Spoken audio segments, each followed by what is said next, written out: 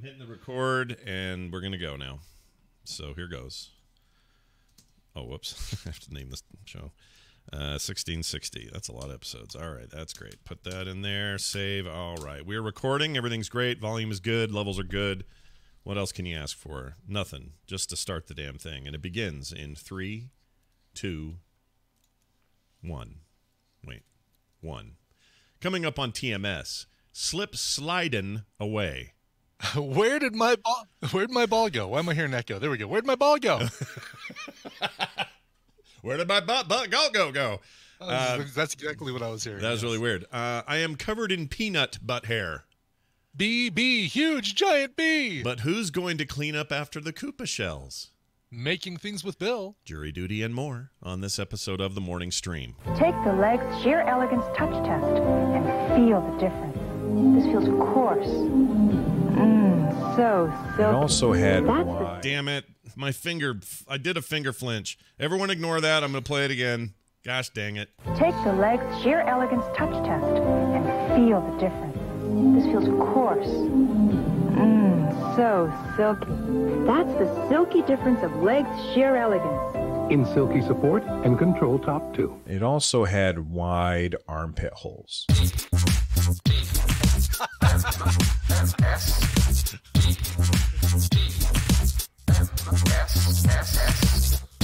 The Morning Stream. Better than Quentin Tarantino's toe dipped in sour cream and onion. Ugh.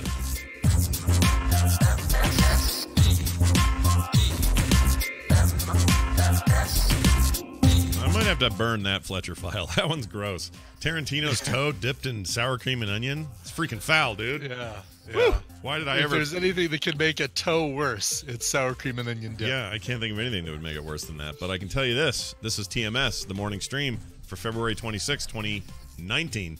And it's 9:13 in the a.m. We're starting a little late because we yapped a lot at the beginning of the show. That's okay, though. Chat room got an earful, and that was fun. That's right. You know, if there's no other reason to show up here and watch the show live when we stream it, that's the reason right there. You know, that's the best reason because we talked about mondegreens for 10 minutes. Yeah. Plus, we know we can handle more of you. We've seen, you know, there's a there's a Fortnite streamer somewhere right now who's getting like 30,000 watchers. So why couldn't we have a few hundred more? Come on in.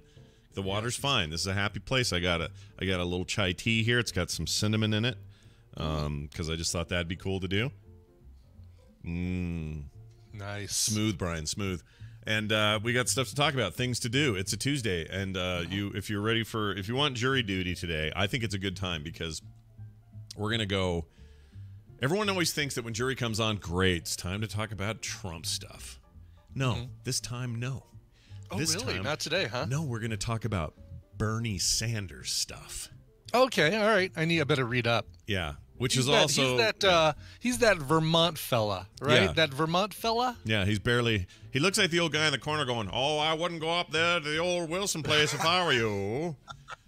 I'd stay out of there. Sometimes dead is better." No, he doesn't talk like that, but he is from that part of the country, and he's now running for president and has already earned a crap ton of money.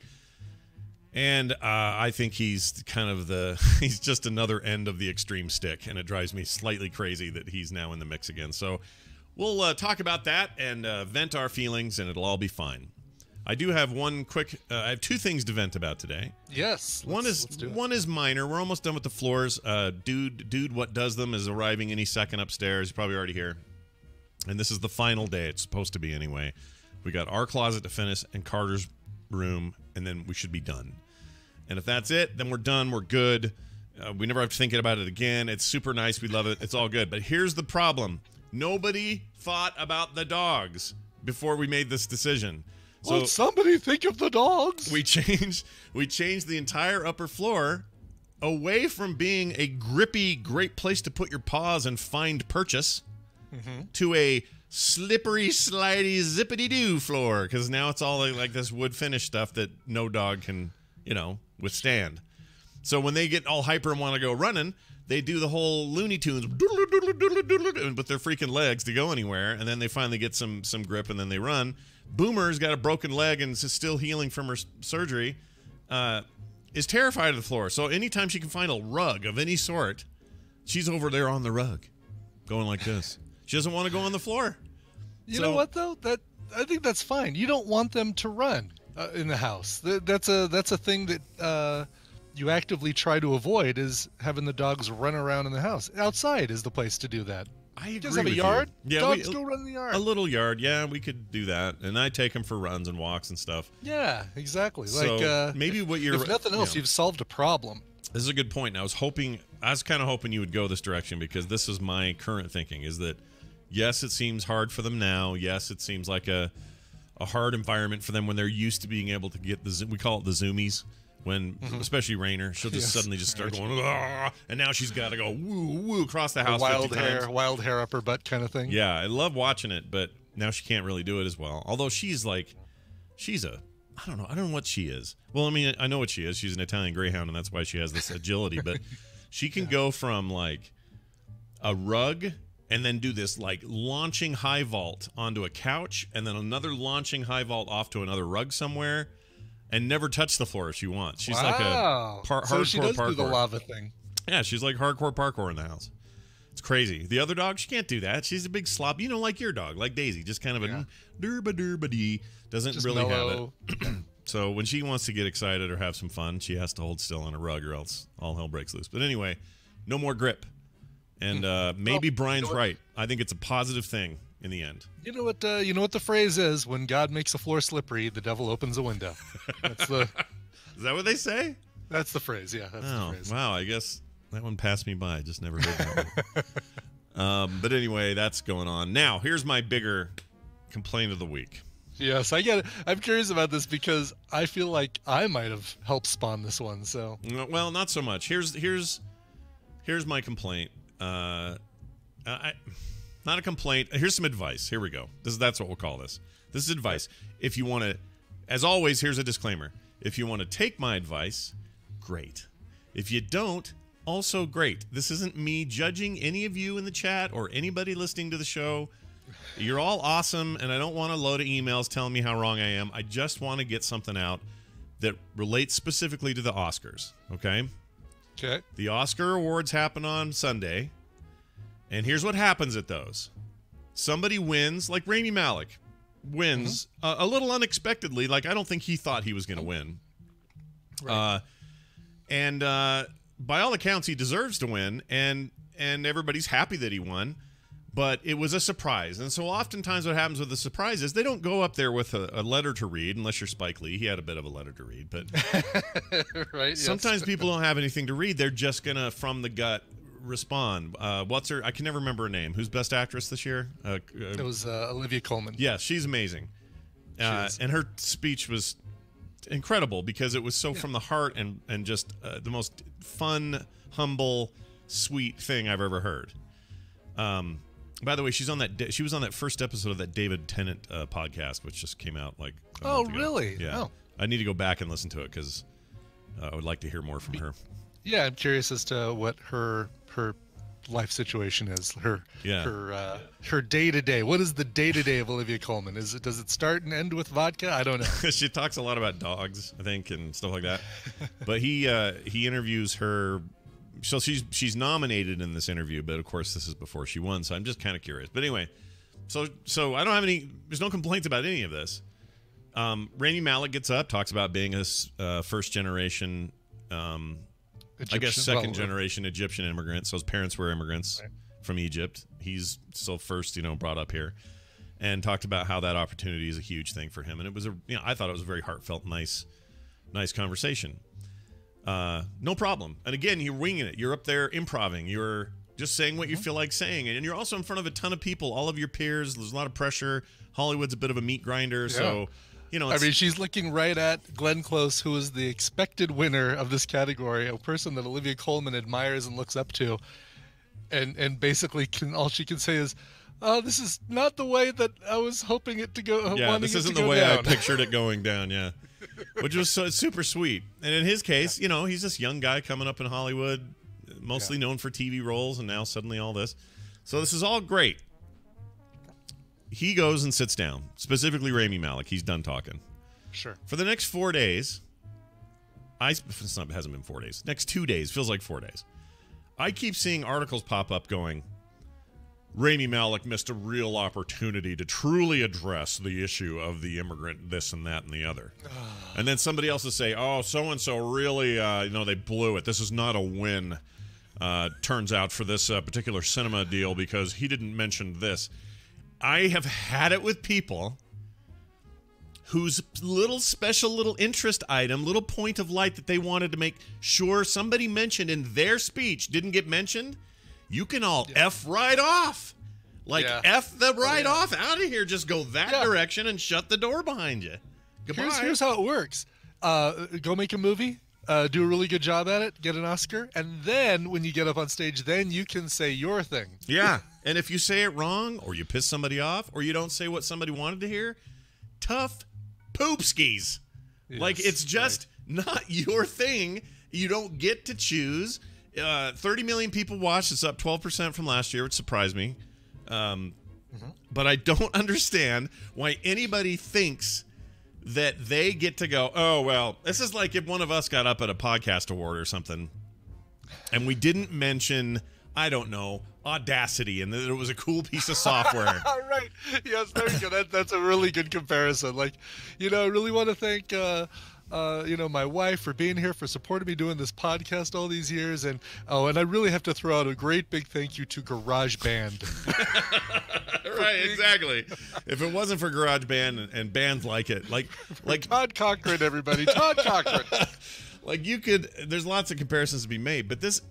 Yeah. I know that people think that the Oscars is trite. I do too in a lot of ways. I understand that. That's not what this is about. What this is about is you don't get to say. It's not your place to say, and you don't get to say complete failure of an acceptance speech. He could have gotten up there and addressed this very real issue. No, dude, he played Freddie Mercury real good, and he got an award for it. Exactly. He got up there and Go ahead. If he would have gotten up there and said, I want to take a minute to talk about the immigrant situation and specifically DACA and the Dreamers and da-da-da-da, then there would be as many hateful emails saying, I wish, or tweets or whatever, I wish stars would just get up there and just talk about the movie and be thankful for getting up there and doing what they did instead of always having to bring up some sort of injustice. But those same people would be thrilled if he got up and went anti-immigration. You know what I'm saying? You just don't get to pick. It's up to Rami Malek to get up and do what he wants to do, or whoever. Rami Malek getting up there and saying, by the way, I really want to take a minute here and just say, I think the wall is a fantastic idea. I think we should really just take money away from teachers and. Can you imagine? In a Hollywood thing? Oh my gosh. Teachers really get paid way more than they should. It's actually such a really easy career. Let's take money away from teachers and put it towards the wall. Thank you. Hey, everybody. Thank you. Good night. Thank you. Thanks to my agent. I don't know why that's the music, but anyway, and then there's somebody, this is my favorite part. Somebody was saying it's just preaching to the choir when they do this. And I say, if they do have a cause, right? So like when Spike Lee has his thing, they're just preaching to the choir. Nobody there is going to disagree with them, but I disagree. I'm watching that telecast, and I see Scott Baio in the audience somewhere. No Scott Baio. They don't invite that guy. He sucks. But I noticed that when Spike Lee's up there doing his thing, and some people are going, and they stand up and they're clapping. Yeah. There's like one gray-haired dude and his wife, kind of up close to the front, who are just hands in lap, staring straight ahead, going, "No, I'm not gonna support this." Somebody made the joke about Mel Gibson. Oh, it was Trevor Noah talking about Mel Gibson using the N-word or something like that. And then they cut to the audience, and Maya Rudolph is kind of chuckling, and Amy Poehler and Tina Fey, apparently they all sat together too. Not only did they go up and do their thing together, but they sat together. Yeah. Amy and Tina kind of a deadpan face, just kind of okay. Yeah. Yeah, they just weren't so into it. I thought it was kind of a daring, scary joke to tell. Also, I think Trevor Noah would be a great host, by the way, so I just would put that out there that he would probably be pretty good at that. But at the end of the day, I guess my message is, don't expect people to parrot your thing. Just it's first of all, it's got nothing to do with anything. It's an award show for acting stuff. So the fact that they use it as a platform for stuff like this isn't crazy. It's not a crazy idea because they have a lot of people looking. and a lot of people paying attention, and they're in a position of fame and fortune, not unlike somebody like Donald Trump, for example, who also gained a lot of attention because he was kind of a celebrity, a shitty one if you ask me, but still, it's the same category. So they're all playing the same game, and I'm just sitting there going, why do you think you get to choose what Rami Malek says? You don't get to choose. You don't get to send in your notes and say, have him get up and go, okay, well, first I need to read this paragraph from Bill in Nebraska who says, like, he doesn't get to do that. All right. There we go. Yeah. That's all I wanted to say. Look, if I won an Oscar, you know what I'd be? A fumbling idiot up there is what I'd be. I'd get up there and go, oh, but I don't know how this is even possible. I'm sorry, Jack Nicholson. You were actually better than me, but I'm sorry. What you'd say is, wow, I don't know why I'm up here. I don't do anything with movies. I wasn't even in a movie. I do podcasts, so why they gave this to me, I don't know. But all right, thanks, see ya. Yeah, I don't even have a tuxedo on. I'm just like in my sweatpants. How did I get here? Yeah. And why am I naked? What's going on? Is this a dream? Anyway, so there's that, and I just wanted to get that out of my system, and I feel better now for talking about it. Yeah. Let's do this. Good. Let's play a game called The News. This is your radio newscaster with another exclusive sensational summary of world and local events. It is time for us to discuss the news, and it's brought to you by Frog Pants Plays, Tuesdays and Thursdays at 12 noon Mountain Time at twitch.tv/frogpants. Oh, yeah, that's today. So later today, you'll get a mashup. Still playing that Outlast or whatever it's called? Yeah, Outlast 2 it's called. It's a sequel, and it's horrifying, and I'll play it again today. There's a mashup that we'll be playing at the end of the show that is my first couple hours in there that Jamie put together. Nice. It's going to freak me out even more because it'll remind me that the game is... It's truly terrifying. The game is really scary. Like, legit. Yeah. Will we see a return of shit potatoes? I think it's a high likelihood. I really do. That's like asking, let's see, I'm at TGI Fridays. Will there be potato skins on the menu? The answer is yes. Always. One of the meals we're gonna try and arrange the plaza to serve while we're all out there for TMS Vegas is shit potatoes. Yeah, it's gonna be the we're gonna have to find it. I don't know where we're gonna go, but we're gonna find it. It's probably at the Heart Attack Grill. I'll bet you can get. I'll bet you could probably order off the menu and request that from the Heart Attack Grill. Yeah, I'll bet you could. Next time we're down there, we should. I've never been in there because I'm terrified to eat whatever that is. We're never going in there. It just seems like a bad idea, right? Like, why would you do that? Yeah. Because people die at that restaurant all the time. Yeah. At least two that I know are verified to go in there and have heart attacks and leave in a stretcher. Yeah. Some perished after that. Like, why would you even do it? The fact that the server staff are dressed as nurses does not mean that they are really nurses. Nope. And they're not sexy nurses either, by the way. Some of them. Oh, really? Well... I'm not here to judge. I'm not here to judge. I don't look. The human body is a strange and varied thing. On the I'm Brian. It's server. Let's get it right. I'm sorry, server shaming. I still like flight attendant's easy for me to remember, but waitress is still hard for me. There was a damn movie called Waitress. Then we're not supposed to use that term anymore? No, Brian. Get up on your Oscar speech and tell everybody how bad it is to use the term waitress. I don't know.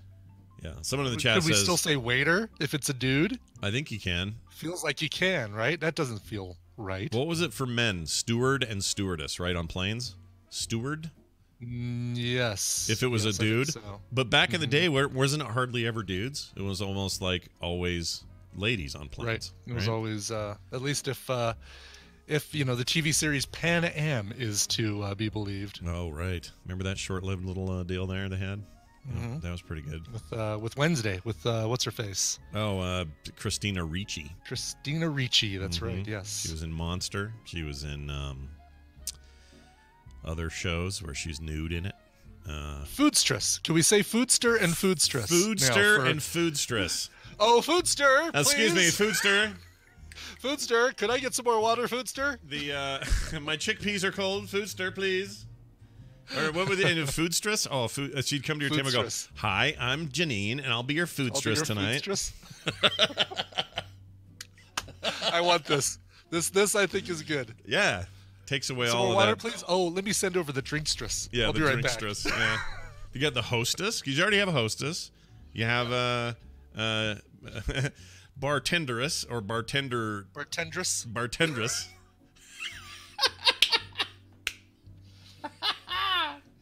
I love it. All right. Oh, I love it. Using as many of these as possible this weekend when I'm in the Yeah, these are all excellent. Let's talk about a golfer's ball.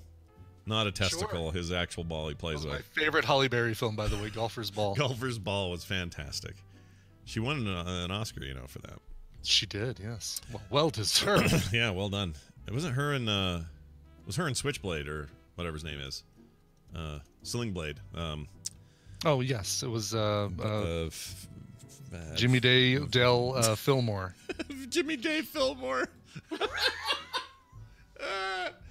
It's Jimmy Day Fillmore in Jimmy Day Fillmore. Monsters Billy Bob Thornton. Ball.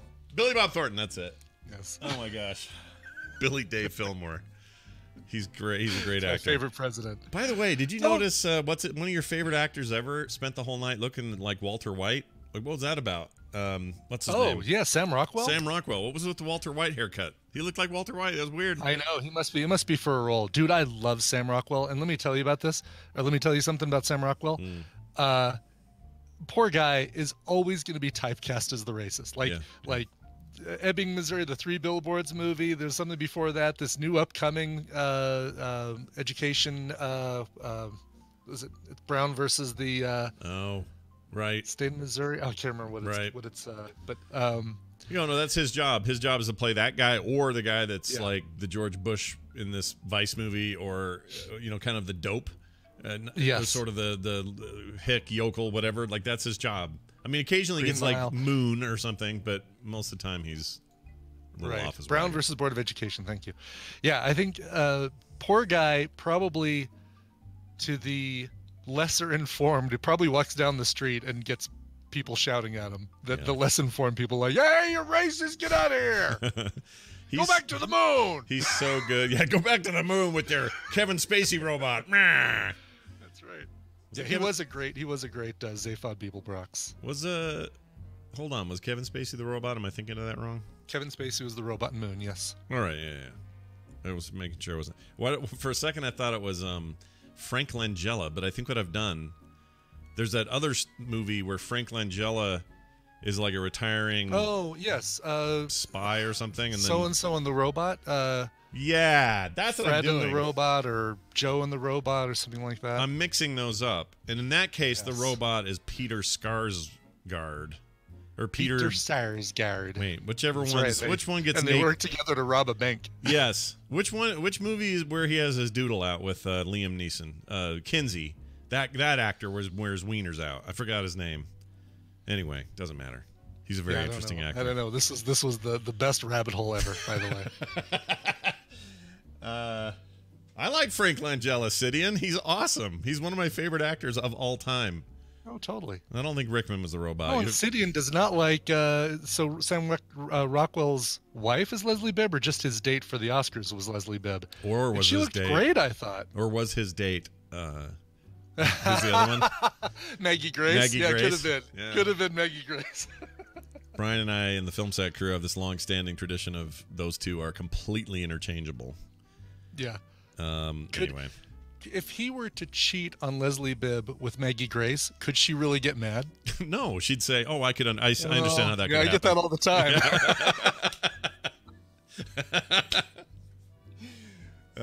But he's so great. Like Sam Rockwell can, as far as I'm concerned, you put him in a movie and it's a better movie because Sam Rockwell's in it. Yeah. So this 100%. is not a complaint. I just couldn't understand. He went full Walter White that whole night, and I can't figure out what maybe it was for a role or something. It's for some role, I'm sure. Because he's usually clean shaven. Yeah, and more hair. Like he usually doesn't have it all shaved off like that. He's not bald. Yes, right, exactly. But he had like goatee, shaved head.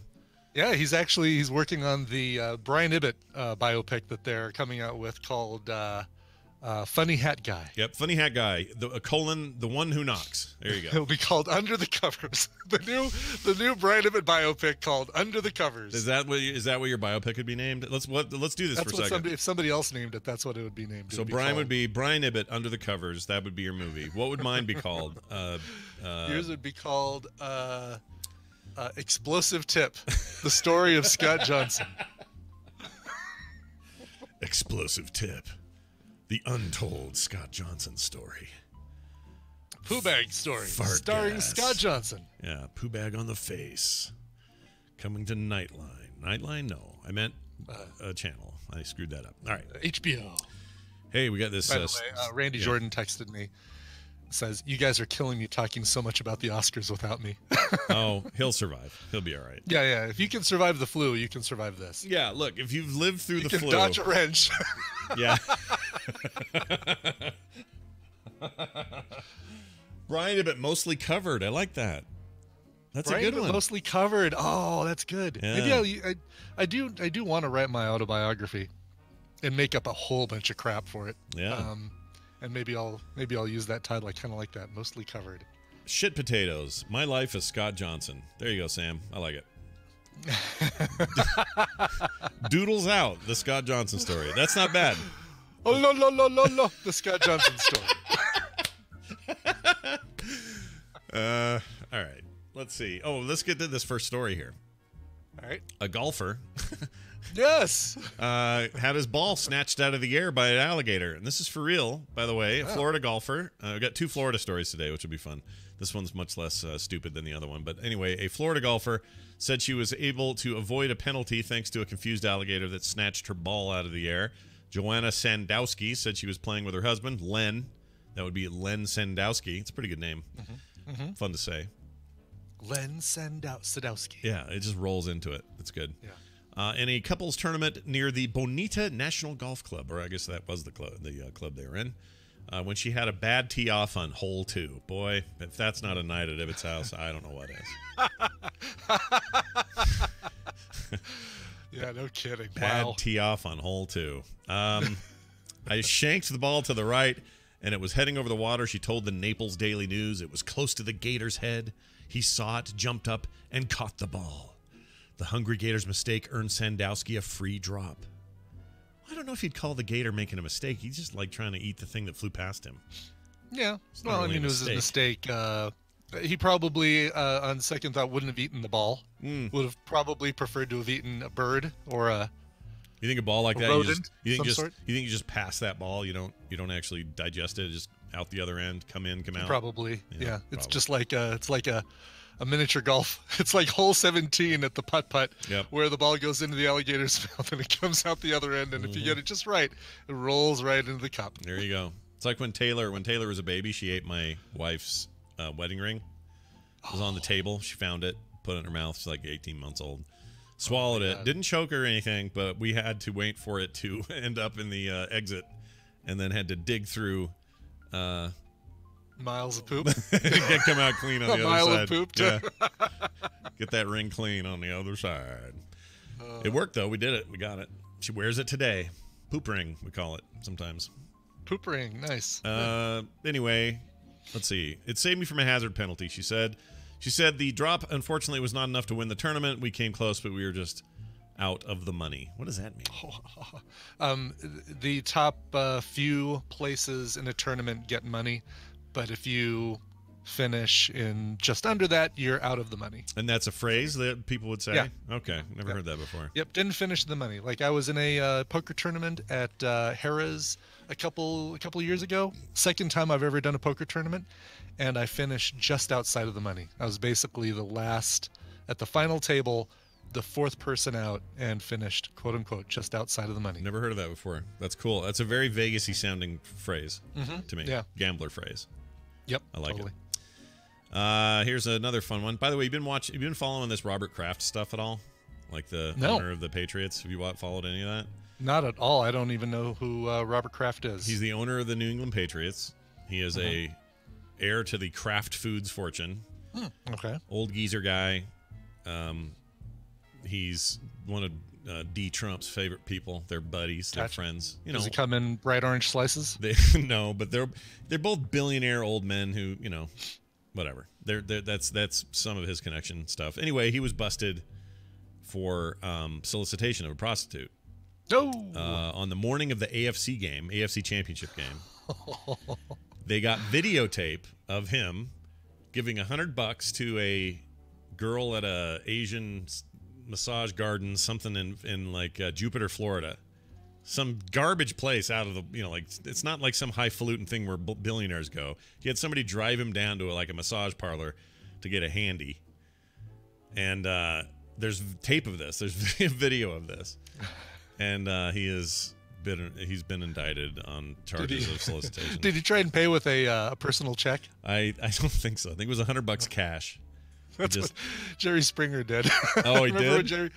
Jerry Springer got charged with soliciting a prostitute, and because he was paying with a personal check. Makes it very easy to track. Yeah, what was he thinking? That's super dumb. Also, why is it that's why he was running for? That's right. While he was running for governor of Ohio or Cincinnati mayor. That's what it was. Why are these guys so? What is the deal? Why are these people that are so prominent in society so gross, man? Why are they so disgusting? Look, I get it. You're a billionaire and you think you can get away with anything, but you're just a douchebag. Like, okay, let me say this: people look at money. Have you never heard of Ashley Madison? You look at money and you go, "Oh, money makes everything better. Everything's happier. You got all you need. You're great. Money, money, money." I've yet to meet anybody or hear about anybody with lots and lots of money, except Bill and Melinda Gates. They're the only example I can think of where they aren't just miserable people. Robert Kraft is a cranky, old, miserable old bag of garbage who he's not happy unless some Asian lady down the road's giving him a handy. You know what I mean?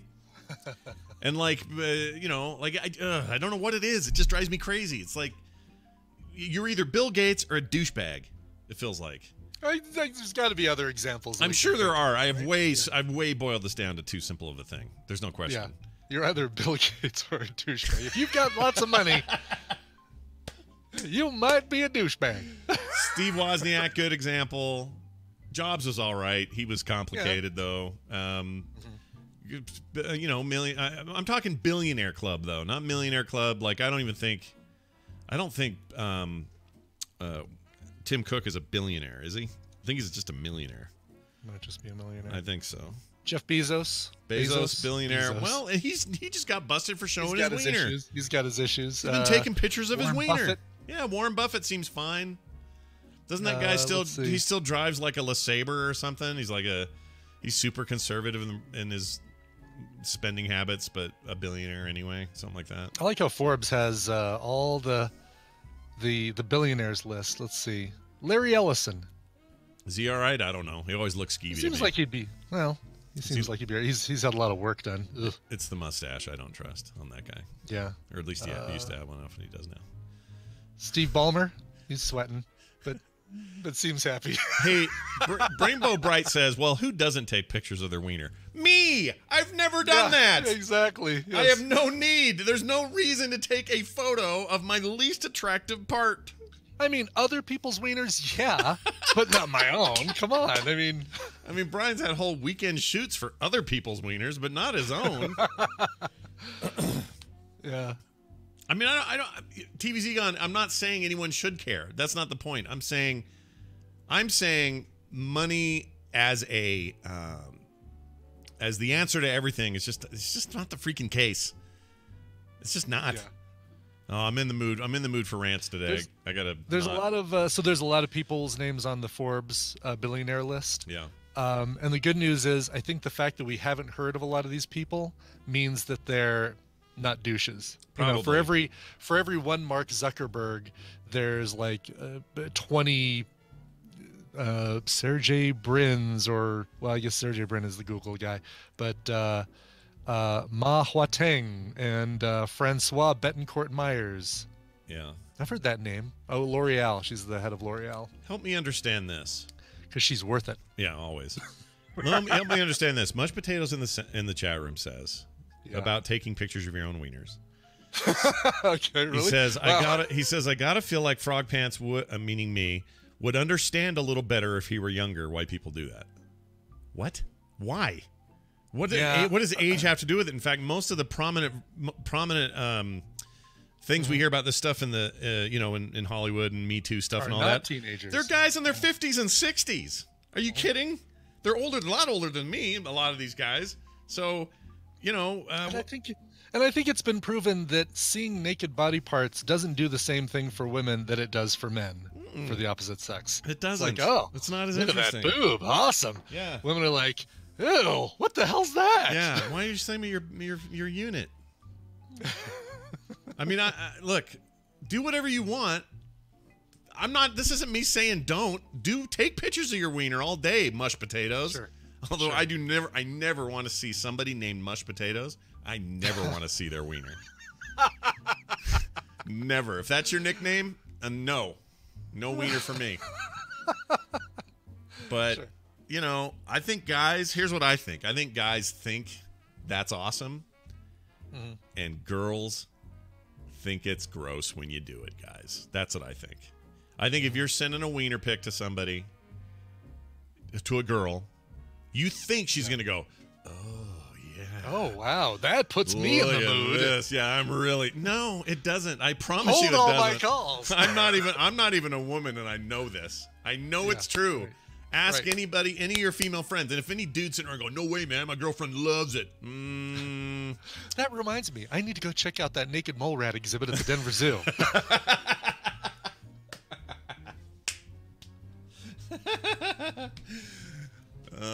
I just don't get it, guys. You're way too into your freaking. Yeah, you want to turn on your woman? Take a picture of yourself doing the dishes. Yeah. Make that a selfie you send her at work. Yeah, and also a lot of these things are unsolicited, so let's not pretend everybody's sitting around going, yes, girlfriend, I would like to send you a picture of my penis. I just want to make sure that that's okay with you and that we are in agreement. That doesn't happen. Check here if you'd like to see a picture of my penis. No. In fact, I know how this works because I had daughters and they had phones in high school and they get wiener pics unsolicited from the kid in the back of math class. Yeah. That happened. Yeah. Anyway, I am done ranting. Here's one, Brian. Okay, all right. A man, this is not... Sorry, Crepident maybe has to put a pin in this. How do you guys all feel about dick paintings? Classier? Well, they definitely show a lot more effort goes into it, right? That's true, yes, exactly. Like, oh, he sent me a picture of his wiener. Ooh, gross. No, he painted it, so, he took the time, and he used canvas, and this is a beautiful print. Yeah. All right, okay, let's continue on. Peanut butter man. Look, I just want to make one thing clear. Sending stuff back and forth with your girlfriends is fine. I'm not saying that's a problem. Girlfriend, wife, husband, whatever. That's all great, dude. You're not hurting anybody. Just keep in mind that stuff lasts forever on the internet. Yeah, but if you Polaroid, way to go. Yeah, that's it. Yes, but it'll yellow and die after a few years. So the picture. That's true. But here's the thing: if you, I just got what you meant. Thanks. If you you meet a girl at a club or a dance place or something, and she gives you her number, and you send her your wiener as one of the first 4 things you do with that phone number, that's not cool. That sucks. Don't do that, is what I'm saying. Can we have some women speak up here? Have some... Zoe, freaking... Oh, yeah. I know. Zoe's already agreed. Sam Jane has already agreed. There was a bunch of people that already agreed with us. Good, gross. You all know. They all know. It's the guys who go, yeah, look at this freaking penis of mine. Dude's place. Look at my swimsuit place. Yeah. Anyway. All right. Louis C.K., exactly. Yeah. Why would you do that? All right, moving on. Guy covered himself in peanut butter and walked around in a dog park after losing a bet. Dang. This is pretty good. It's also not former actor recently passed away. Who was in Peanut Butter and Striptease? I can't think of his name. Oh, Burt Reynolds. Burt Reynolds. Remember that? He was all covered in... Once they put you in the in memoriam segment, you're just forgotten.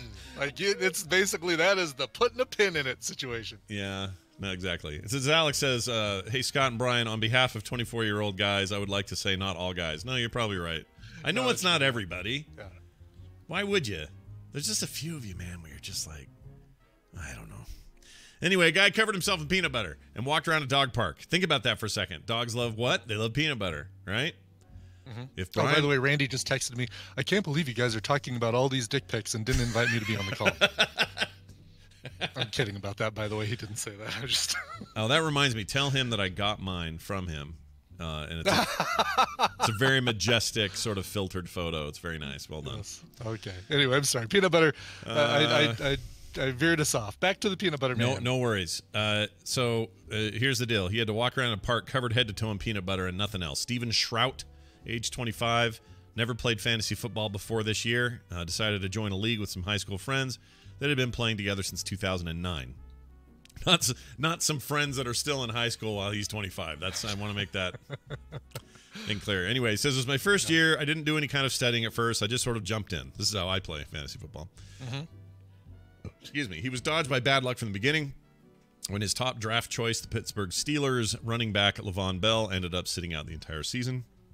As a result, Shrout was given the choice of paying $250 for the winning person or perform a humiliating stunt, and he chose the stunt. He had to stand in a Dallas dog park for 10 minutes, clad only in a gold Speedo and, oh yeah, covered in peanut butter. I said that's not a big challenge. No one believed me. They're like, no way he's going to do it. And he did it. Doesn't say whether dogs came up and licked him a lot or anything. Oh, they did. The video is... Does it? Is there a video of this? Yeah, he is the most popular... He is the most popular schnauzer in the park. Oh, look at this. We got to look at this video, guys. Where is that? Here we go. Yeah, I think I wouldn't have the issue with the dressing in the gold Speedo, covering myself with peanut butter and going to a dog park. I'd have issue with having to clean off the peanut butter to get dressed afterwards. Yes. Because I don't want to get in my car covered with peanut butter. I completely 100% agree with you. Oh, there he is. It's like, yeah, whatever. You lose a bet, you do this. Yeah. I'm looking at these dogs. He's getting followed around.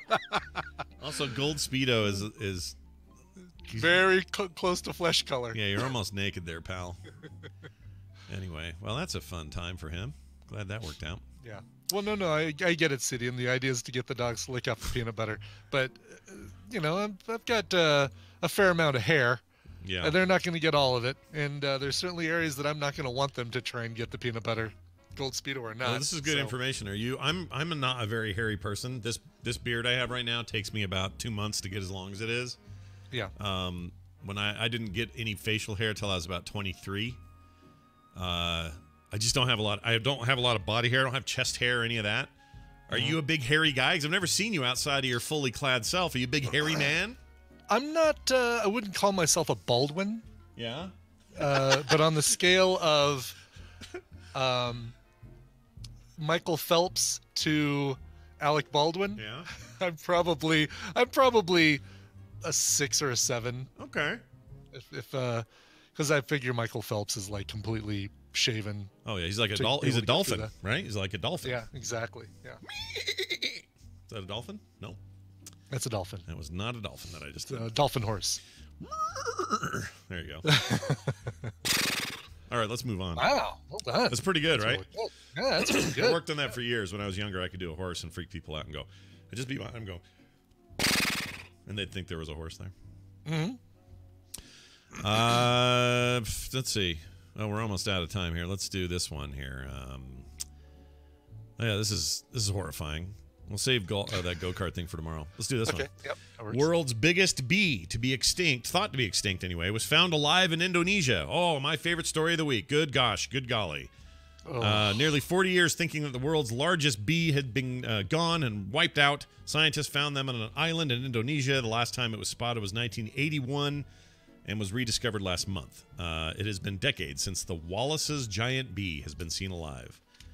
Wallace's giant bee. For 38 years, the species believed to be already extinct. In October 2018, a group of researchers in Indonesia found one. After much planning, the team went to Indonesia and they were searching for tree-dwelling termite mounds, as well as, as those are known to be where the giant bees nest. The team trekked for days with to no avail, but on the last day, they spotted a termite mound that appeared to have a hole in it, and sure enough, they have sighted the giant bee for the first time. So we are now going to take a look at this. It is described to be as long as a human thumb and has jaws like those of a stag beetle. Wait. Just as long as a human thumb? Yeah. Well, okay. I guess that's an unpleasant.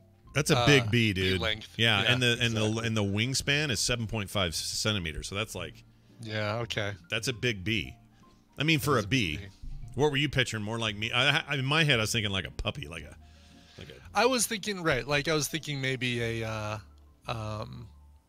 maybe a little bit smaller, like a kitten-sized bee. Like a kitten-sized bee. I like that. Yeah, like about that big. Right. Let's see. I'm trying to just find a photo of it that's better than. Yeah, but really, yeah. And looking at this thing, the jaws, the mandibles on this thing. Yeah. That's really forget the stinger. That is. Yeah, dude. Oh, that's horrifying. Look at the mouth on that thing. Ugh. Yeah. Also, I don't like that it's all black and dark and scary, you know? Yeah. Like a beetle and an alien got together. Because look at that normal size bee for size comparison. There's your scale. Right. Yeah. Ugh. Yeah, no, thanks. Yep. Nope. Whatever. Where's this? Indonesia? Great. I guess I'm never going to Indonesia. Thanks. Yeah. Thanks, Indonesia Tourism Board. Yeah. I was thinking about going, but not now. Nope. Chat room just sent us. Oh, there it is. There's a video of this. Big fat Oh nope. my gosh. There's video. That's horrifyingly big. Oh, is this, there's. Oh, jeez. I mean. Oh, that's awfully pretty music for the horrifying bee video. What do you suppose? I mean, imagine the sound of that when you're up close to it. Just. Yeah, not good. Not interesting. No, it sounds like a 1972 Volkswagen Beetle. Yeah, I don't want anything to do with this thing. F this thing. Nope. But now we're going to take a break. When we come back, we will have our buddy Bill here. We're going to talk about making stuff in the world of makership, and then jury and a little bit of Bernie Sanders understanding. That'll be fun. Before all of that, though, a musical break with Brian Ibbett. What do we have? Hello. Yes, music. I got a very lovely handwritten letter from a friend of the show, September, a.k.a. 9 of 12 in the chat room. Sent me a copy of the new CD by her husband's band. He's the bass player for a band called The Peculiars. Sent the CD and a T-shirt. I was looking to see if I was wearing the T-shirt. Now I'm not. I was wearing it yesterday, and I should have done this request yesterday. But very cool. Here's the CD. Yeah. From The Peculiars. Brand new CD is called Good Night, Goodbye. These are The Peculiars. We're going to play the song St. Douglas, which is the song that I gravitated towards on second listen to this album. And I think September said that it's doing really well on like Spotify and things like that. So go check it out. The Peculiars and their song St. Douglas. Hold hair longer, hold hair stronger with Bold Hold. New Bold Hold is the ultimate power hold. It's wild! Maximum hold for maximum style. Hold hair longer, hold hair stronger with Bold Hold. New Bold Hold! That was great! I'm Fern Gordon.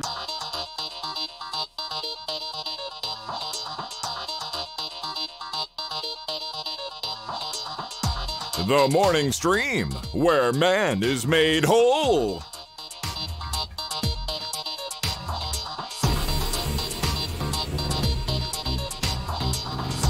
All right, we're back, everybody. Welcome back. We should call Bill. Okay, call Bill. Calling Bill. Call Bill. Bill Duran, known for his fantastic things he does. Creations. His fantastic creations. Yeah, creations. I like that. I mean, that is literally what they are, right? Creations. For sure. They most certainly are. Well, I'm going to play... Let's do a little theme for him today. How about this one? How about... It has the strength to withstand storm force winds. Amazing. It's Billy Mays, and it's the closest I could find to Bill this morning. Hey, Bill Duran, what's going on, buddy? Good morning. Oh, it's nice to see you. How are you, man? Isn't it nice to see me since I plugged in my camera? Yeah, was that what it was last time? Hear you. It was unplugged. It was unplugged. We can hear you with a great new mic too. I know, right? Yeah, professional right here. Professional video maker. Yeah, those are some massive cans, though. Yeah. Oh yeah. Thanks. I had the. I was gonna hit. The headphones look good the too. Job done. Yeah. Okay. No, you sound and look great. So I just want to confirm what I heard. You're last week when the camera didn't work, it was literally not plugged in. Is that what you're telling me? It's unplugged. Wow. I'm gonna blame one of the cats. Okay. Cat snuck back there and unplugged it. That's probably what happened. Fair enough. I'm down with whatever cool idea happens next. Certainly wasn't my own incompetence. well, Certainly not. It's good to have you here. Of course, Bill Duran comes on Tuesdays, talks about the world of making stuff. He is the proprietor of punishedprops.com. And as always, up to something cool, especially kind of in our wheelhouse. So what's going on this week, man?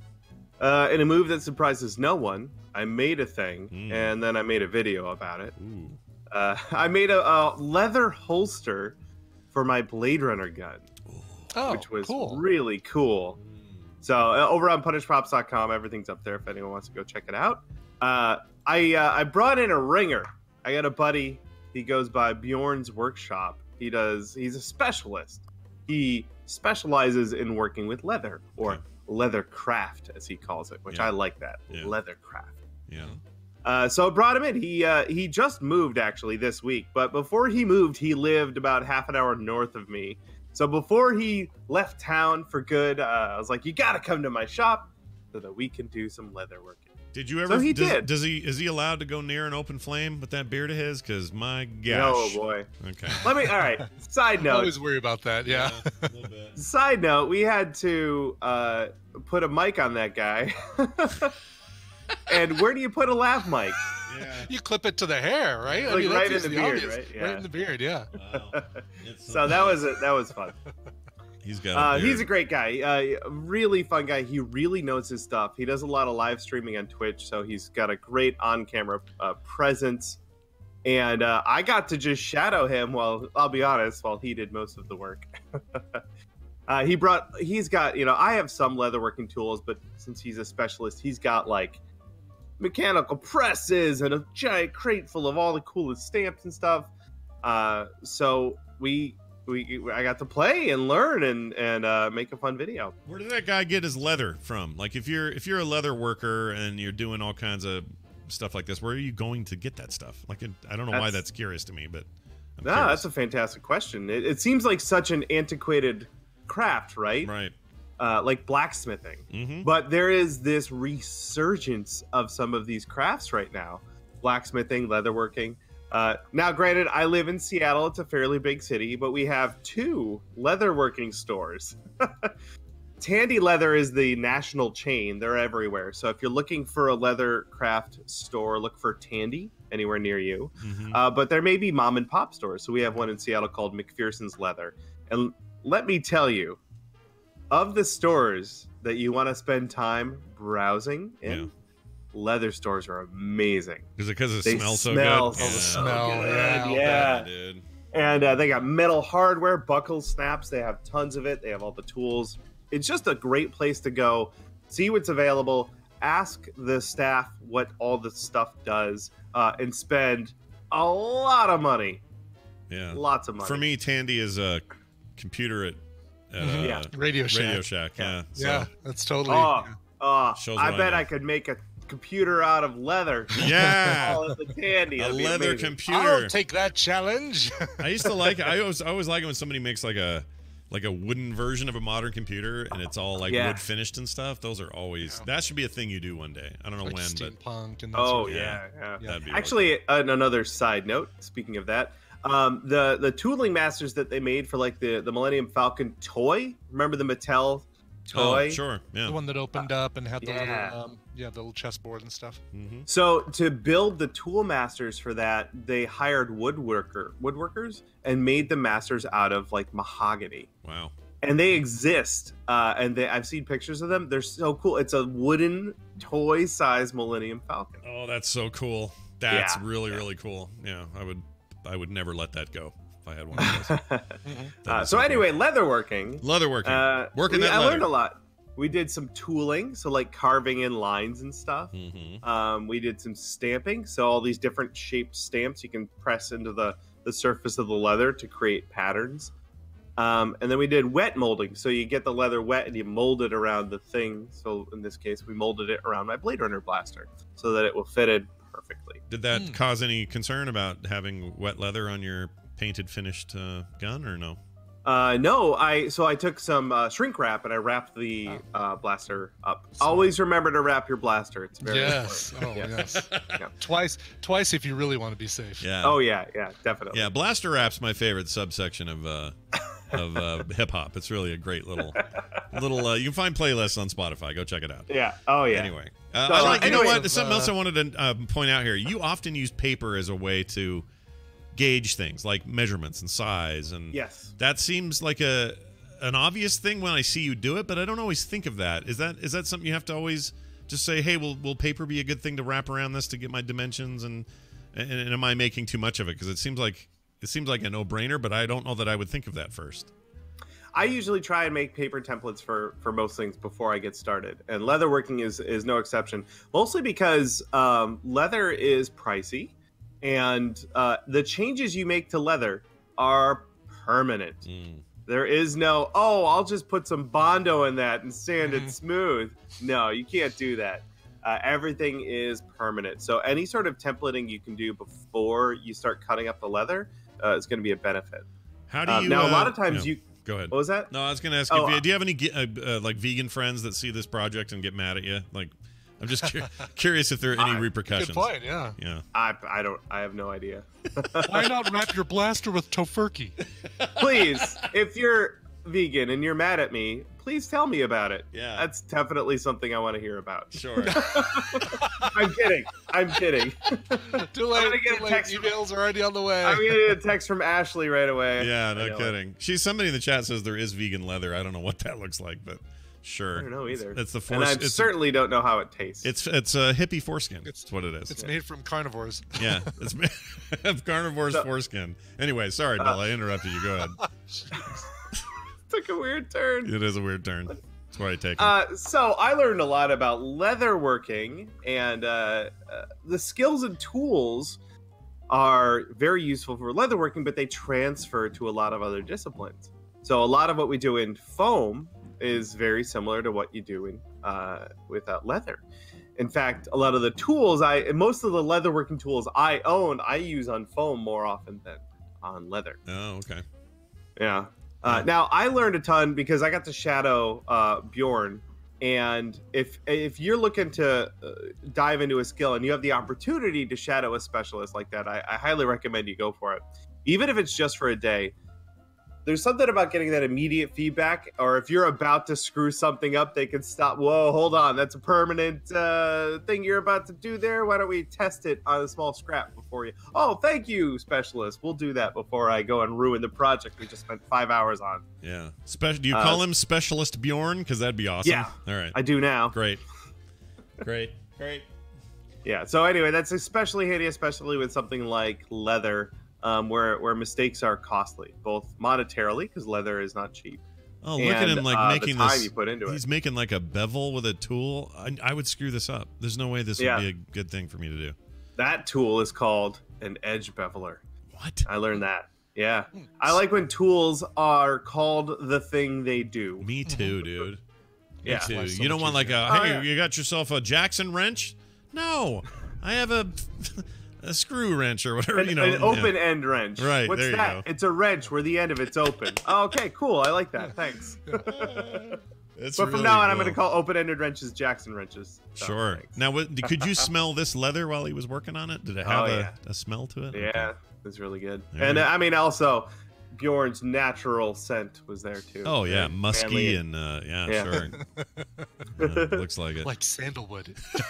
which is it's a fun change from my usual smell of spray paint and barge. So this is nice. Very very cool. And it's done now. I take it you've got a new holster. Sure do. Will it just be on display? Are you gonna take it for a cosplay? Like what you're thinking there? That gun looks a little bit like a real gun for me to want to wear it in public. Yeah. I would agree.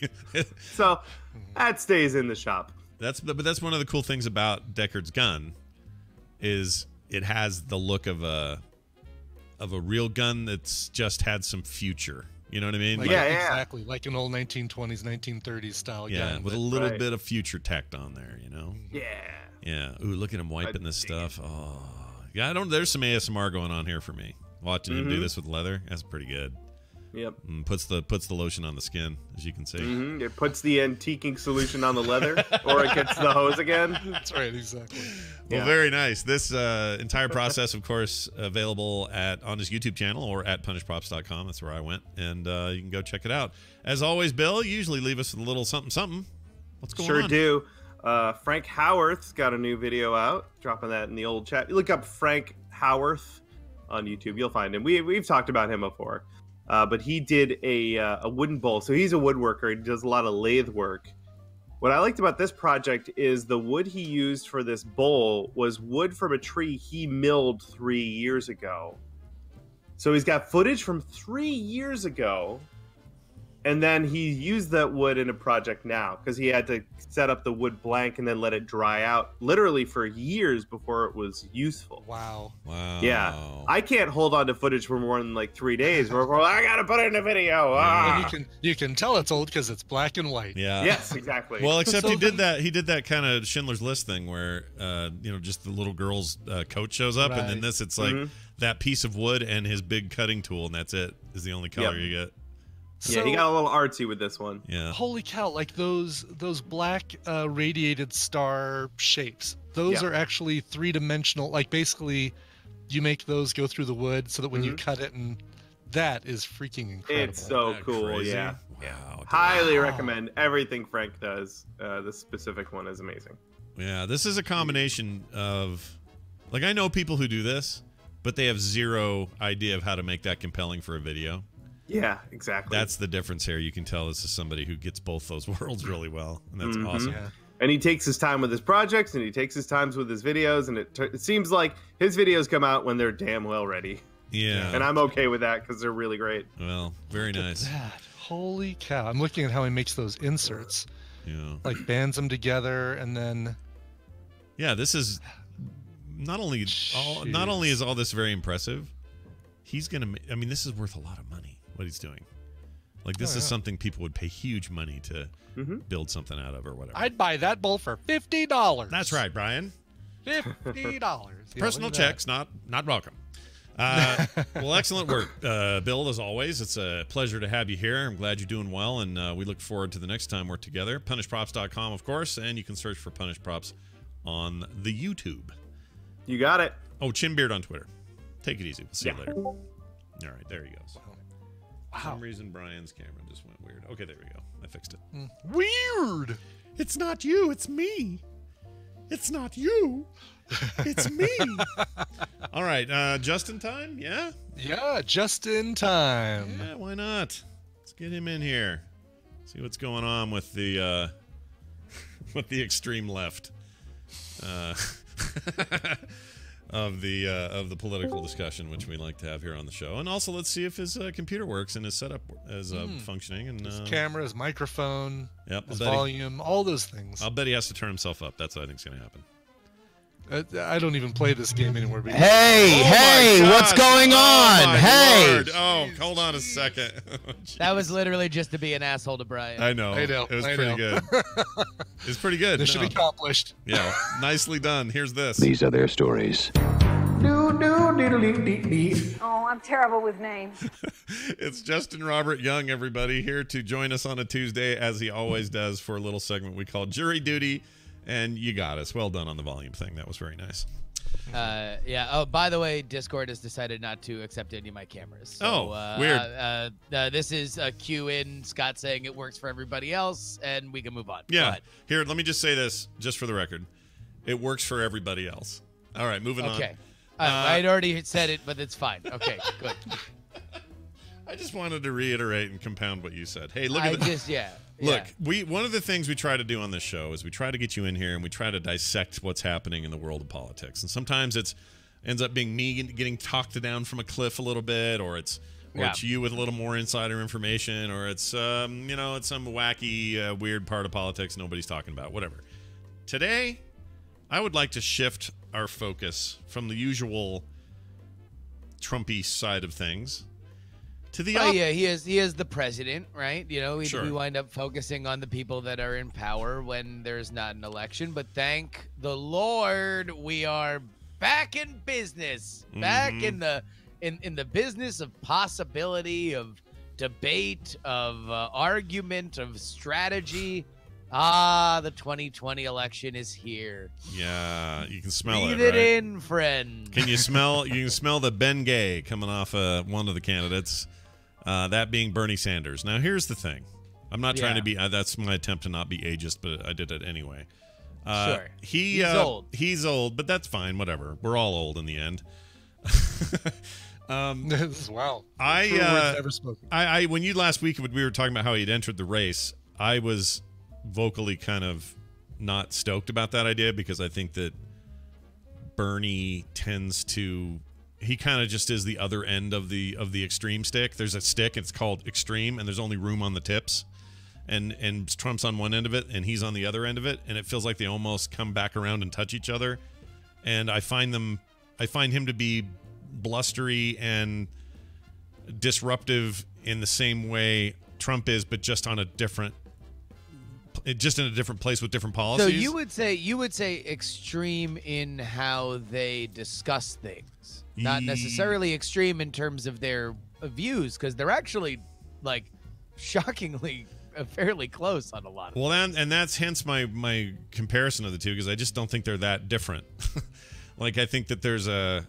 Yeah, but I mean, I guess when you say that there's an extreme and there's an extreme, what I would imagine, Bernie Sanders, I think, is definitely somebody that wants to and is very, has built a brand on the idea that we should rethink what the norms are, move the Overton window, to use a parlance from modern political discussion, on how we think about economics in this country.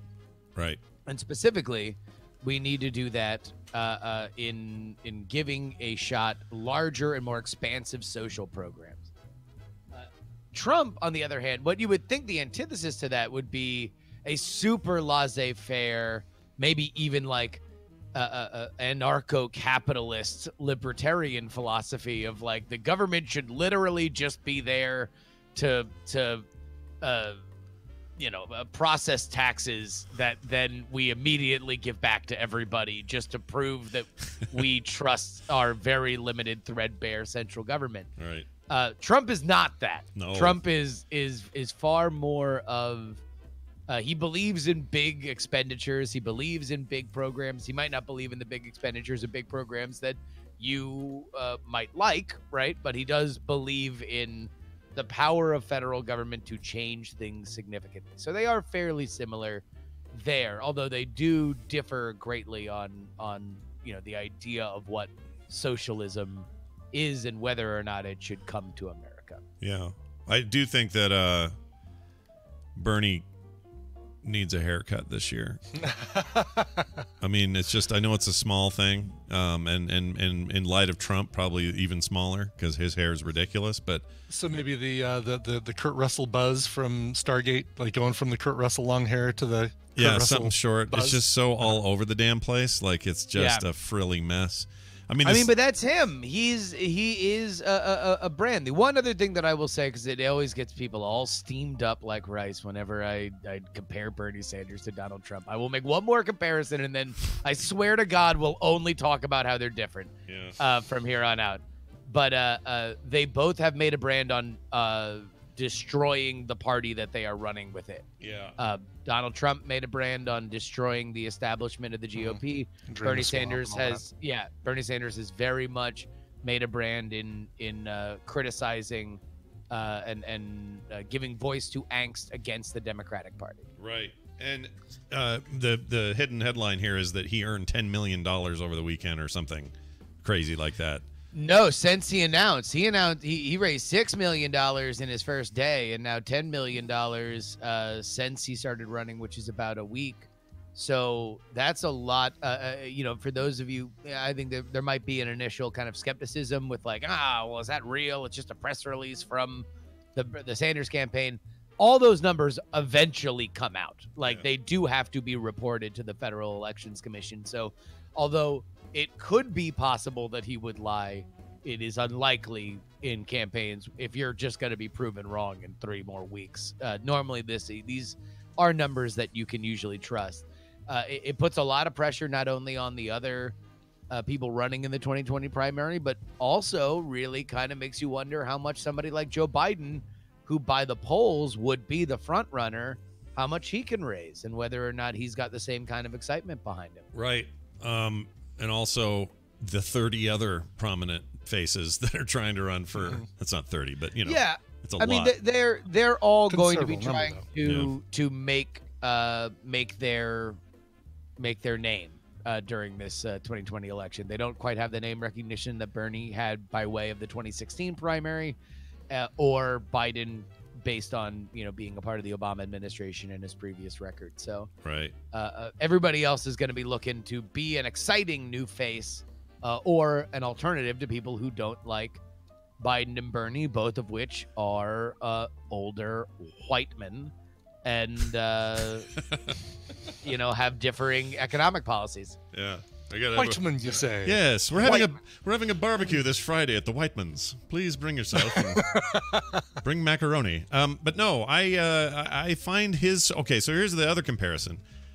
The only group of people I think that are as utterly devoted and devoid of any ability to think critically of their man than Trump supporters are Bernie supporters. Do you really? Are you? We were texting about whether or not we wanted to talk about this last night. And I'm just so you know, the only people, I do a politics podcast, the only people who write more emails than Trump supporters are Bernie supporters. Are you just trying to like pivot? And like, is this like a penance? No, I'm annoyed by it. I'm annoyed. In fact, you're right. They are the ones that email more. They are the ones that if I say, I mean, if there's ever been anything, they're in the top 1% of the 1% of people who email. Every once in a while, we'll invoke the name of Bernie Sanders, and I immediately get emails, very angry, long paragraphed emails, even if we barely touched on the subject. So I expect some here, and that's fine. I got it when I said on Twitter that I think Bernie, and I do, I think Bernie is going to get the Democratic nomination. I believe that that's my bet. It is way too early. There's a million things that are going to happen. But if I had to bet before the season started, I'm going to bet Bernie Sanders because I'm not going to be caught again doubting another candidate that has a high floor but low ceiling, because the last time I did that, he became president of the United States of America. So I'm at least not going to do it right after it happened the last time. I'm going to bet on Bernie Sanders. And so I say that on Twitter, and I get like a bunch of Bernie people that are like, hey, Bernie would have won. Look at these polls from 2016. And I'm like, I'm saying he's going to win now. Like, get off my balls. Yeah, no, he gets there's a very adamant bunch out there, and that's fine. And if this is not me saying don't send your mails, you can send them. It's fine. We'll take whatever we get. But I guess I'm bracing for. Okay, there's a couple of things I'm bracing for. And by the way, I still stand by my point that I will take pretty much anybody over Trump in 2020. And if it's Bernie, great. If it's some GOP challenger that actually has something to say that I like, great. Whoever it is, great. Anybody but Trump, basically. But I'm worried about the actual entering into the phase of this where things get real nasty. I just feel like it's going to get really nasty this time. And I also believe that Trump is going to lose in 2020.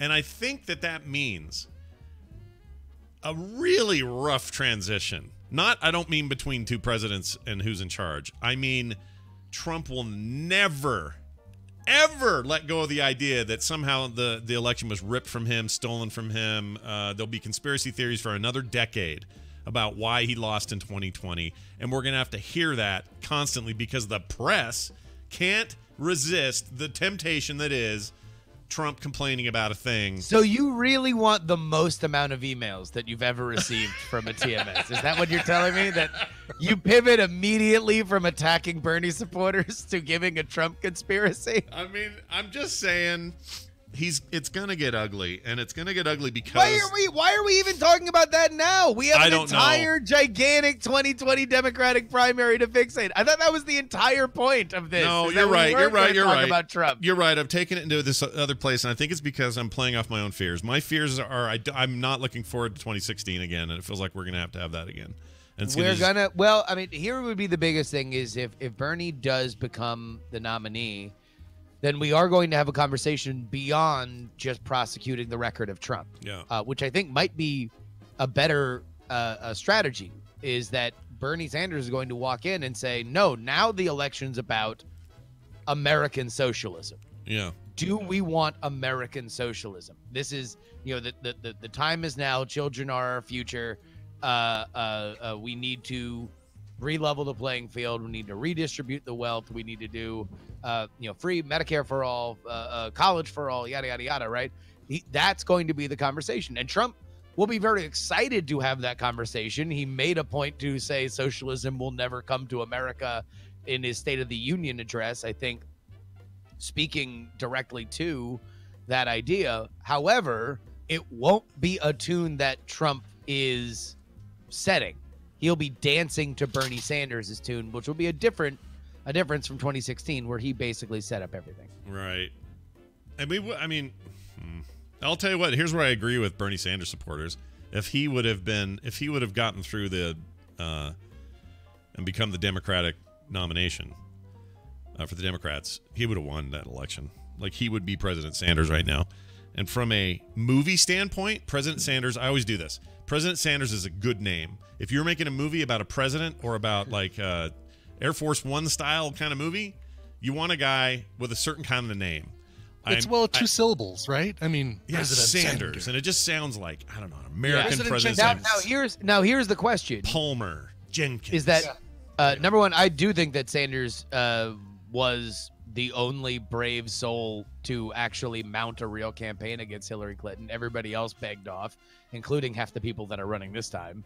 I think that kind of authenticity was something that endeared him to voters as well as his position. His biggest problem is going to be, socialism is still something that is a naughty word in American politics. And we get, us online see a lot more of it. It seems a lot more popular online than it is when you poll America. Right. And also, by and large, remember that most people really just kind of vote based on how they're doing economically. If they're making money, if they feel like they've got money in the bank and things are going well, even if that means voting in or staying home, if you are in a demographic that would vote against Trump, that's usually how things work. Yeah. So if the economy's good, it's going to be hard to unseat a sitting president, and even more so, harder to unseat a sitting president when what you are offering is economic instability, even if it's for a good cause. Right. You're saying, hey, we're going to redraw the lines of economics, and you're like, I actually just bought this house, though. It's a great idea, but man, I'm looking at this mortgage. Like, can we just promise we'll do it as soon as I'm done paying off my house? Yeah. Can you come back in 30 years with your cool idea? Right. Yeah, no, like that is a huge thing. It's why, well, there's complicated things with Bush Sr. and his re-election campaign and him losing. But a lot of it had to do with no new taxes, and then had new taxes. The economy wasn't doing so great. Things were a little bit fishy. Had Bush been up for re-election in the 2008 cycle and not be finishing his presidency then, I guarantee he wouldn't have won, given everything that had crashed and gone to poop right then. Like, you're right. Like, that's what people do. They vote with their comfort level with the economy. And it's also not cool to wish for a crap economy under a president you hate. Like, that affects real people, and I don't want that. I don't want that. I just think we have a giant douche who's got lucky with the economies, who's sitting in a place where he's being a giant douche. And so... Well, in general, I mean, reasonable minds can differ on exactly how much the president affects the economy. It is something that I think is largely out of their control. I am more of the belief that a president can hurt the economy. I don't know exactly how much a president can help the economy. I think that that's something that kind of has ebbs and flows. Yeah. But in general, you're right. Whether or not it's, just a lucky rabbit's foot that you're like, making money, cool. As long as I'm as long as Money Man is in office, then I keep getting these checks. Vote for Money Man. Then, that tends to affect how people vote. And also, it's like, this is another one of those things that is just historically a fact. It's hard in 2016, it's hard for one party to keep the office of the presidency for 3 terms. Right. It is just historically very hard. Yeah. It is also historically very hard to unseat a president between their 2 terms. Yeah. So that's why it's so if rare. If you were just betting, there's always money in the banana stand when it comes to those 2 things. So that is just something to remember. I'm going to be the most boring. I'll be old boring Brad while everybody is in the middle of the throes of the 2020 election.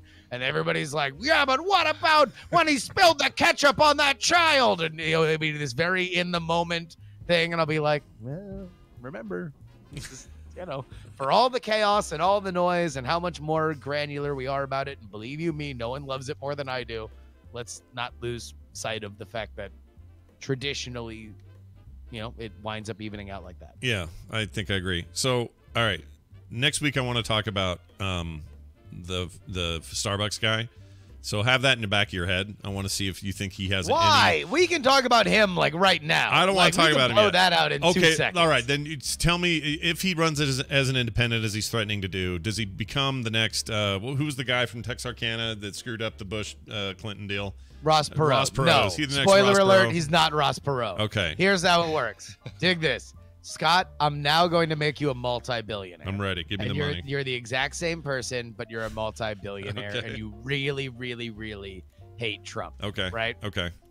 So all of a sudden, a friend of a friend introduces you to this guy, and he's like, oh, man, I used to work in politics, and I've seen every president. I've been around every president. Scott, I'll tell you what, man, you've got it.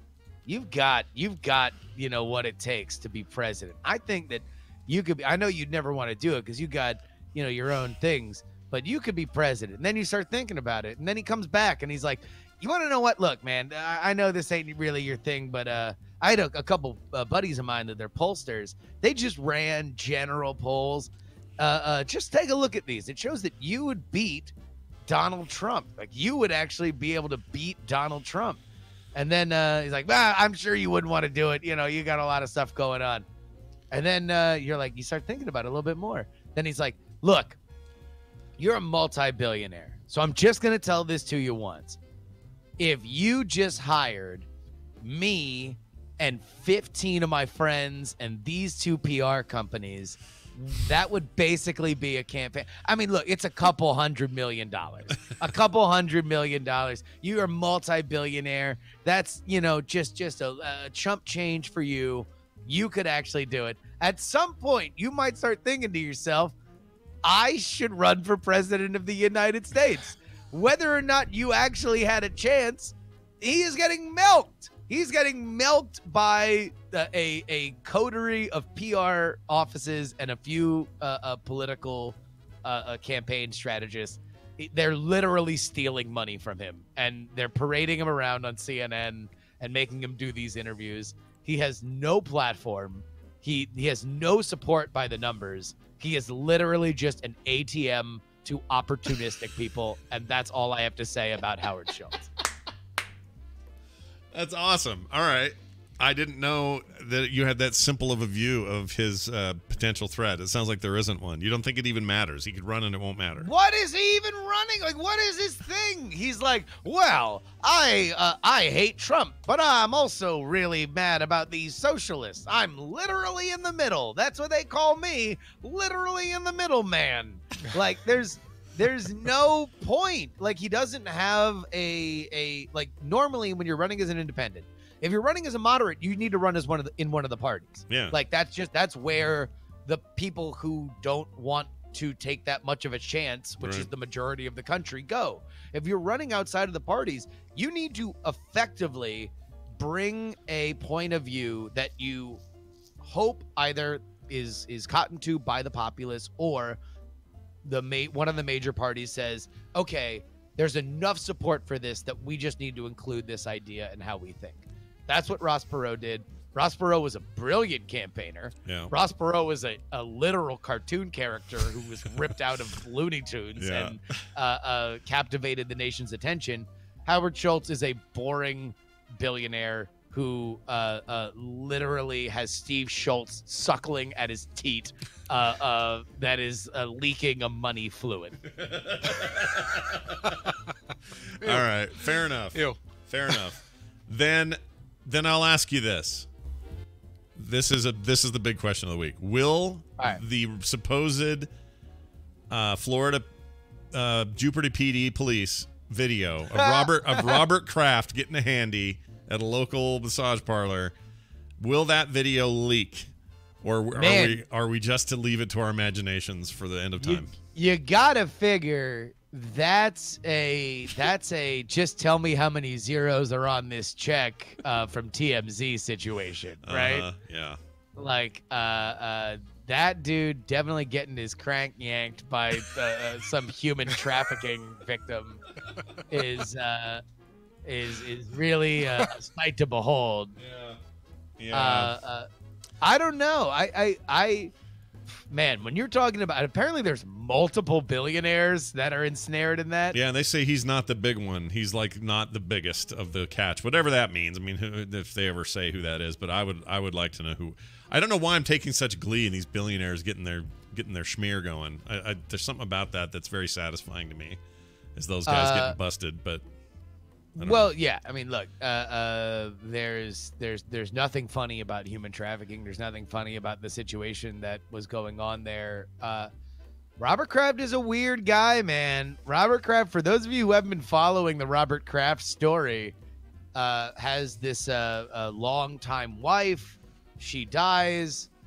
Possibly before that, they had been separated. If you Google Robert Kraft's audition tape that he had with his bubbly young girlfriend who was auditioning for that Vince Vaughn, Owen Wilson movie, The Internship. Yeah. That's out there. And then she goes away for a year. Yeah. And then comes back with a baby that nobody will say if it's Robert Kraft's. He's a big Trump donor, but yet is apparently there for a lot of social justice causes, was apparently part of the influence that helped freed rapper Meek Mill from prison in Philadelphia, is dancing on stage with Cardi B at the Super Bowl, now reportedly weeks after his last handy at the Spas of Asia massage parlor in Jupiter, Florida. So there's a lot going on with old Robert Kraft. Yeah, he has some things going on. By the way, he also, for people in our circles, he is the owner of the Boston Uprising, the competitive Overwatch League team. Robert Kraft was talked into purchasing a year and a half ago or so, and so even video games are not untouched by the Robert Kraft story. By the Robert Kraft handy story. Yeah, you just can't get away from it. Yeah, he's an interesting guy, and on one hand, there is something very, very funny about a billionaire going into a strip mall massage parlor to get his weenus beat. But like, on the other hand, it is really like the treatment of these women reportedly is absolutely disgusting and horrifying. Right. And this is the kind of thing that happens, I think, more often than we would like to admit. Well, as of 2 hours ago, breaking news, thesportshub.com says Robert Kraft not expected to dispute the charges and the video likely to be released. So that'll be fun. Looking forward to that being the big focus of our nation. I mean, do they blur it? Like, how does that? Oh God, I hope Oh, so. I hope so. I mean, I don't know. And like, who knows how explicit it is? Who blurs? Do the police blur it? Does the media blur it? Like, does it just get uploaded to Pornhub? Like, I don't know. 10 years from now, ask me again when we're watching a show on Bravo called Keeping Up with the Crafts or something. Like, this is it's the beginning of a whole new career for the craft offspring and everyone involved. It'll be the great big conspiracy. go ahead and I imagine the police would have to do it just to prevent a public indecency situation, right? Yeah, I guess it's not the police's job to release pornography, but if you want to call it that. Ugh. But I guess also, but like there is like an element of evidence, right? I guess the court, the police would have to see, and any court case, if it went to court, would have to see. No, just the like blur version is free, and for $1 a minute, you get to watch the Yeah, you got to go to Brazzers or somewhere to get it. Brazzers. Yeah. I only read for the articles. Yeah, I only go to Brazzers for the articles. Yeah, no. Is it a pornography website or a French bistro? Brazzers. I looked at that on mrskin.com. The only reason I even know that one is you guys. Who someone in the chat room or somebody made some video of me doing something, and at the bottom it had the Brazzers logo. I didn't even know what that was at the time, and Brian had to cue me in. I think it's Brazzers. Oh, is it Brazzers? Sure, but I'm gonna say it's Brazzers. Right. Yeah. But there was some video of me or some photo of me doing something dumb. What was it? Chat room, you guys know this. Someone will pull up a link. It was years ago, yeah. Yeah, it was a few years ago. But yeah, no, okay. What I hope happens is that the woman who very likely is in some awful human trafficking situation. These aren't young upstart sex workers controlling their careers. I hope that she's not muddied in this any more than her life already has been. In other words, if they're going to blur anything, make sure you blur her. But court cases like the R. Kelly stuff, you have to show that stuff if you're going to court. And he denied it initially, so I don't know if that means it would. Well, he denied that he did anything illegal. Oh, is that what he says? Yeah, no, the official Patriot statement was Robert Kraft denies that he ever did anything illegal. Yeah. Well, soliciting a prostitute is actually illegal. I don't know if he knows that. Also, he did it on the morning of the AFC Championship game. There's something there. I don't know what it is. Clear the mechanism. Clear the mechanism. That's right. Clear the pipes. Got to blow off some steam. Whatever. Yeah. Whatever the. Look, it's a big game. That was a game. You need a clear head season to be able to focus. I mean, on what's your alternative? He's going to be in the middle, the third quarter. Patrick Mahomes is leading the Chiefs down the field, and he's going to need to go beat off in the owner's box. Come on. Not with Giselle around. Giselle is up there. Sure that's he's on E. Yeah. He's not going to be overheating. Yeah. Plus, you can't have Giselle in the same room as Robert Kraft. He's going to get all worked up, start crying, come. Yeah. I may have to bleep that one. All right. Hey. Yeah, that one might be. Well done, everybody. What else? That's it. That's all we got this week. Whatever next week is now. We're done with the Starbucks, guys, so we don't have to plan for that. We'll think of something else. But before then, there's always little things happening here and around Jury's World. You want to tell people where they can get it? Sure. So the big things are March 9th at the North Door Theater in Austin, Texas during South by Southwest Interactive. It is the South by So Wasted comedy show featuring a live night attack, a live ice cream social. And if you have never, by the way, I think if you have never heard of Ice Cream Social and you are a fan of TMS, owe it to yourself to go give them a try. Very much in the same vein. You guys will really, really dig them, and anybody who comes out is going to have an absolute blast. We have live performances by the Jomo and the Possum Posse and Dual Core, as well as special guests up to and including Andrew Heaton, the Whiskey Tribe, Tom Merritt, and Willie Dills Gregory. It is going to be an absolute blast and a half. Go ahead and get it right now. Android or iOS, just trigger your voice assistant and say podcastlink.com/night attack. Go ahead and try it. Podcastlink.com/night attack, and you will be brought right in to our ticket link. Let's see what it says. Hold on, I'm doing it on Alexa. Yeah. Oh, she can't find it.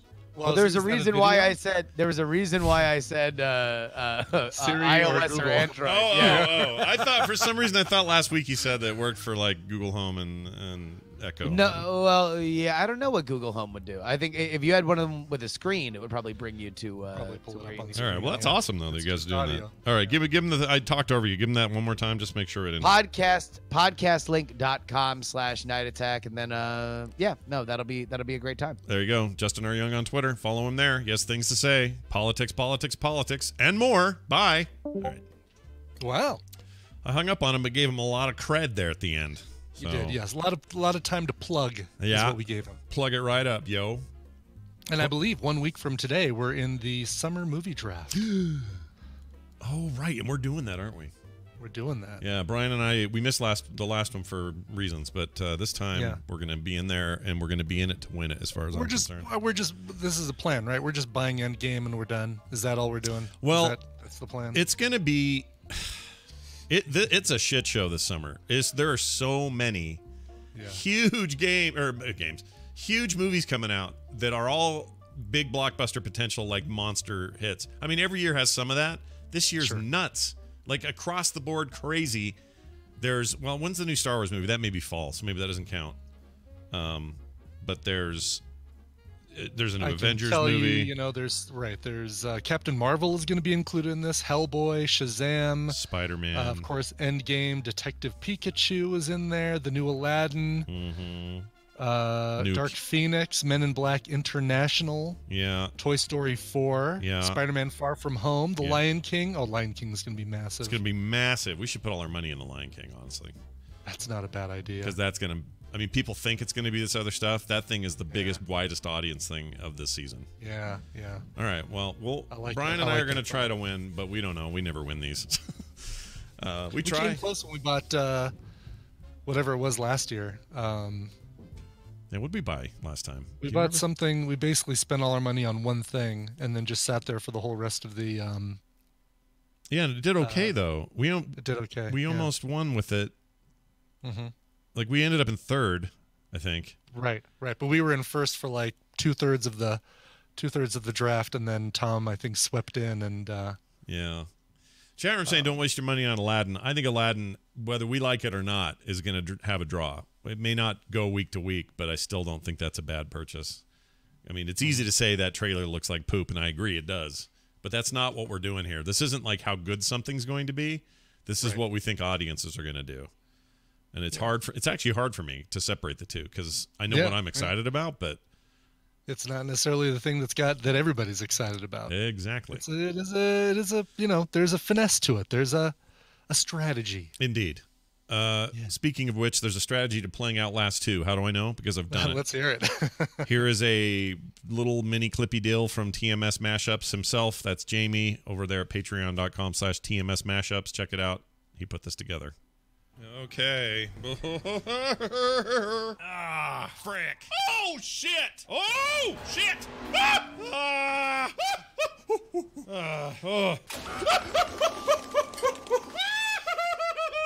Oh, my gosh, Nick. Oh, my gosh. Shit balls. Oh, shit potatoes. I don't know what to do. Keep moving, Grandpa. No, don't be coming around here, son. I believe we got a thing going on with Jesus. F you weirdo. And do I go in? Hello. No.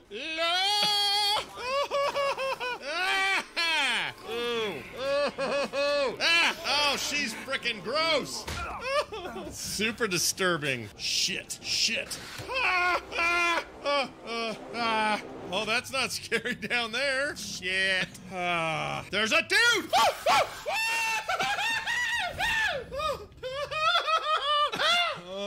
Why am I doing this? Shit. Frick. Who is just a kid? That's a kid? Oh, shit. Nowhere to climb. Shit.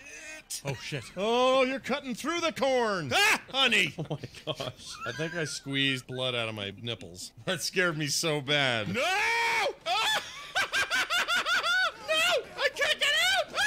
shit. He's in the corn. Oh, shit. What's he doing? Oh, my gosh, you guys. Oh, shit. Oh, I hate this. Oh, son of a bitch. Oh! Oh, Nick! Gosh dang it, go away! Frick! A little dead guy zombie wiener. Hello, little wiener. Hey, little wiener. Oh, you're so cute for a little wiener. Look at my wiener. Check it out. I may be dead, but look at this wiener. All right, this is where we leave it. We'll pick it up again on Tuesday. Oh, my God. I love that Kim has joined in the sneak up behind Scott shenanigans. She claimed she didn't mean to do it, but I don't know. I don't trust anyone anymore. I think she got me just fine. But she brought me food, and she poked me in the arm right at the worst possible moment. She goes, I thought you could see me. I'm like, no, dude. I thought I didn't need to pee, but here we are. I've peed. That is the absolute best. Yes, now I don't have to pee. Now we've... No longer is it a problem. Hey, a reminder, Vegas tickets still on sale. You can get on to Viva TMS Vegas and get your tickets and come see me and Brian and a bunch of other people, including Jury, who was just here. Also referenced Tom Merritt will be there. We're working on a bunch of other names, but a bunch of cool. Hoping Fletchers, haven't heard back, but loved having them last year. We got our esports event on Thursday where we're going to play Overwatch, a big friendly tournament of Overwatch. We've got a bunch of you signing up. We need a few more to kind of top off our tournament. Scott and I are talking about something very cool for Saturday night. This is going to be something that you don't want to miss. Yeah, Brian had a really, him and we should give Tina credit. You guys had an amazing idea. And he told me, and it made perfect sense. So Thursday esports, Friday something awesome, Saturday something possibly even more awesome. Yeah, casual meetup on Friday, but casual Saturday. Let's have our 2 tent poles and then the and then something casual in between. That's right. It's going to be great. So check it out. VivaTMSVegas.com. Tickets still available. Cool swag comes with those, and we really want to see you in Vegas. VivaTMSVegas.com, or you can find it linked at frogpants.com/TMS for everything else that we do, including our support. You can support us. Click that Patreon link and give us your love. We'll love you for it. And we really appreciate all those who support us now. And if you have not considered doing it, consider it. It helps the show a lot. And I don't know, just help us pay the bills. Please do. Yes. Brian. Especially end of the month is coming. So, yeah, you know what? Just on a lark, put $5 in there. Why not? Why it's not? End of the month. Yeah, exactly. You can change it later. Change on the 15th next month. You'll be fine. Sure. None of this is weird or illegal. It's fine. Do that. Not at all. No. Oh, there's nothing illegal about that. No, there's not. It's not. If it's something about, I was trying to think, is there anything against the rules? I don't think so. Not at all. No, Yeah. I mean, you know, You could swoop one in. payment goes through and you're good. Yeah. All right. Thomas wrote in and said, "Hi, Sarek and Broccoli, or Sarek and Broccoli. Ooh. It's Thomas from Missouri, and the 26th. Today is my birthday, and on that day, I turned the age of Star Trek, which is 47. Not really the age of Star Trek, but the age of the number that appears in Star Trek a lot. So, if at all possible, could you play something Star Trek related? If not, something happy and uplifting works too. Don't forget to test the ship's phasers, and thanks for all you guys do." Oh, that means he wants a phasers. Hold on. He does. I want it too. I can do it. It's right here. Let's test the ship's phasers. Let's test the ship's phasers. There you go. Yes. Yeah. All right, something Star Trek or something happy and uplifting. Can I give you both? Yes. Can I play a song for you that contains both of these? Ukulele Orchestra of Great Britain put out an album a couple of years ago called By Request Songs from the Set List, where these guys are great. If you have not watched any YouTube videos of the Ukulele Orchestra of Great Britain, they are fantastic, and they are absolutely a cool thing to watch on YouTube. Yeah. So go do that. Every once in a while, they put out an album of their best music. This one happened to come out in 2017. It is a cover of the theme from Star Trek. And my friends, it's the version with Gene Roddenberry's lyrics. So always a plus right there. They don't have a theremin, but they've got a bunch of ukuleles and a whistle. So that's how you get it. It's the theme from Star Trek, live by the Ukulele Orchestra of Great Britain. Whoops, I hit that too soon. Sorry. This show is part of the Frog Pants Network. Frog Pants Network. Get more shows like this at frogpants.com. Dollar bills, y'all. Schleicher. It's good stuff. Yeah, I'll fix that in post. All right, so we got show titles to pick, son. Titles. Oh, yeah. I don't even know, with all the stuff Jury was saying, I don't know if there's some things that we could even use as titles of stuff he said. Oh my gosh. Yeah. Well, number one currently is F the right off out of here that direction. Did you say it? Did you actually say it like that? I think that's exactly the words, and that's why they put it in, and that's F the right off out of here that direction. That's pretty good. That may be our pick, but let's see what else we got. When God makes a force slippery, the devil opens a window. Slip, slide, and away. The Mondegreen stream. Oh yeah, because you were talking about Mondegreens. Yep. Ignore the finger flinch. Flinch what? Flinch, because you pressed a button and said, "Don't ignore that," and then you pressed the right thing. You're either trying to strike your mistakes from the record. Well, Sarge got a good one. You're either Bill Gates or a douchebag. Let's see. Craft is crafty in a creepy way. There's some really good ones in here. I think. Oh man, a lot of them today. I think they're moving around. It's hard to as you're starting to read one, it might move around. Yeah, that's kind of a pain. I think the winner though by double is F the right off out of here that direction, which makes no sense, but it's a good title. F the right off out of here that direction. I hope Jamie has that isolated because I want to hear that just on its own. Yeah, it's pretty good. Yeah. Well, he'll do it now because he'll hear you ask. So there you go.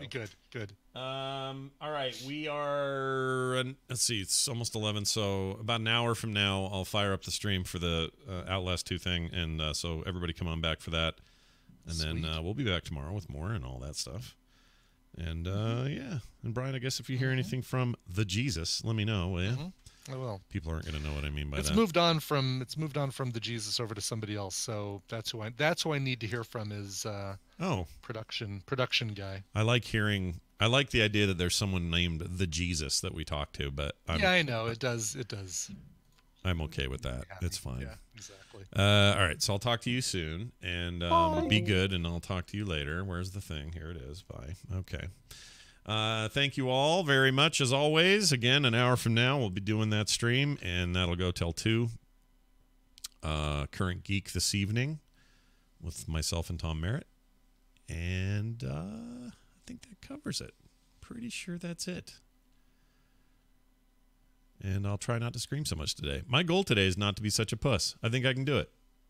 I'm going to try really hard to not be such a freaking wuss man.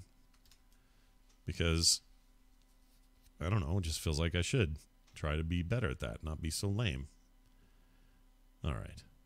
Have a fantastic day. We'll see you soon. Oh, good. The floor guy's pounding upstairs. This is perfect timing. Bye.